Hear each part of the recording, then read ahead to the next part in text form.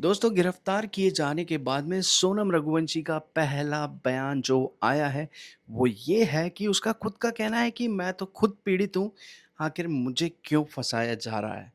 सोनम रघुवंशी के पिताजी और माताजी का कहना भी यही है कि हमारी बेटी को फँसाया जा रहा है। मेघालय पुलिस नाकाम रही, इसीलिए उन्होंने मिल कर के ये षड्यंत्र रचा है।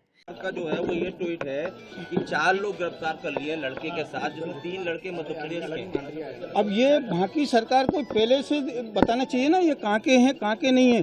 और बच्ची रात में क्या बोलते हैं गाजियाबाद में आई है, वो होटल वाले से उसने मोबाइल लिया और फिर फोन लगाया भाई के लिए। अच्छा, बेटी ने फोन लगाया? बेटी ने फोन लगाया है। मतलब बेटी खुद गाजीपुर के उस ढाबे में पहुंची है? वो ढाबे पे पहुंची है बेटी मेरी। मतलब ये भी हो सकता है कि वो जिसके चंगुल से उससे छूट के यहाँ पर आई हो। हाँ, वही चीज है ना कि उसके चंगुल से बिटिया निकल के नहीं, और इसके बाद में ढाबे वाले के पास पहुंची, वहाँ उससे रोई ढाबे वाले से। रोने के बाद में उसने मोबाइल दिया ढाबे वाले ने। अच्छा। हाँ, ढाबे वाले ने मोबाइल दिया तो फिर उसने गोविंद जी को फोन लगाया। अच्छा। हाँ, तो गोविंद जी ने फिर रात को फोन लगाया तो वहाँ पुलिस पहुंची, थाने की वहाँ ढाबे पे। ढाबे से वहाँ की पुलिस लेके आई है। गलत दावा कर रहे हैं वो लोग, निराधार झूठ बोल रही है, क्योंकि वहाँ की पुलिस फंस रही है उस मामले में, इसलिए वो लोग ये दावा उल्टा दावा कर रहे हैं। अब मुझे तो कोई भी इस बात में शक नहीं है कि अब सोनम रघुवंशी ही वो मेन कल्प्रिट है जिसने इस सारे हत्याकांड को अंजाम दिया है।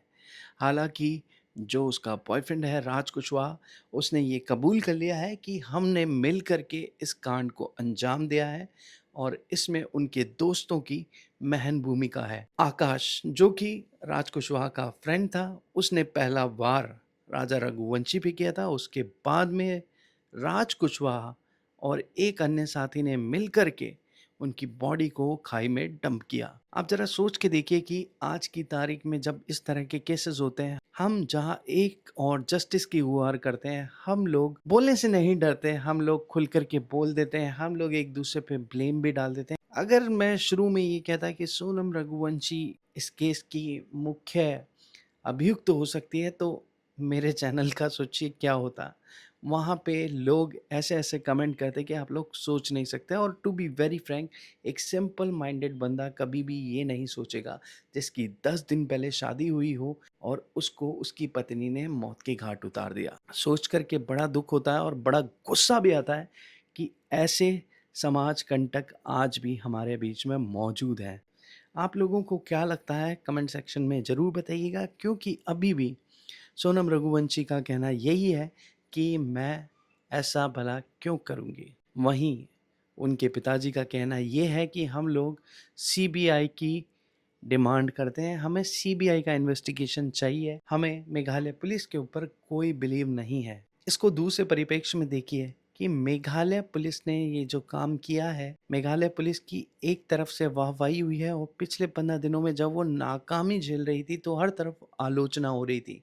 और इस केस को सुलझाने में जो सबसे बड़ी भूमिका रही है, आप यकीन मानिएगा, शायद अनसंग हीरो है वो इस केस का, वो है वो local media channel east mojo, जिसने इस खबर के ऊपर जाकर के ग्राउंड रिपोर्टिंग करी और लोकल लोगों से ये पता लगाया कि आखिर हुआ क्या था। और जब वहाँ 3 लोगों के नाम आए, तब पुलिस के कान खड़े हुए और तब जाकर के लोगों को ये लगा कि इस कांड में लोकल लोगों का हाथ नहीं है, इसमें बाहरी लोगों का हाथ। और जब ये पता चला कि वो लोग हिंदी में बात कर रहे थे, तो पुलिस ने दोबारा से अपनी तहकीकात को, तफ्तीश को आरंभ किया और जाकर के पूरा रिस्टार्ट किया। हालांकि डीजी ने हमें ये बताया कि सोनम रघुवंशी ही मुख्य अभियुक्त है और अब तक भी सोनम रघुवंशी ने ये बात कबूल नहीं करी है अपने मुंह से, तो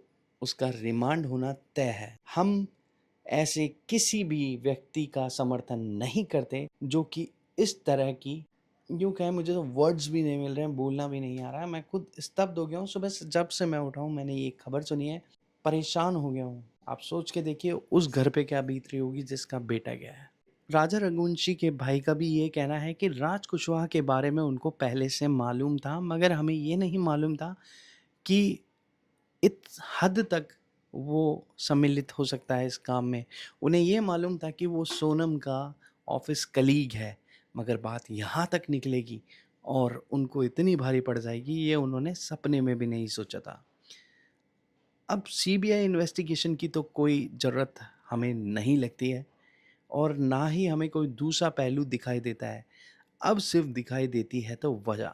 आखिर क्या वजह हो सकती है कि सोनम रघुवंशी ने राजा रघुवंशी की हत्या करवा दी? इन सवालों के जवाब आप लोगों को जल्दी मिलेंगे।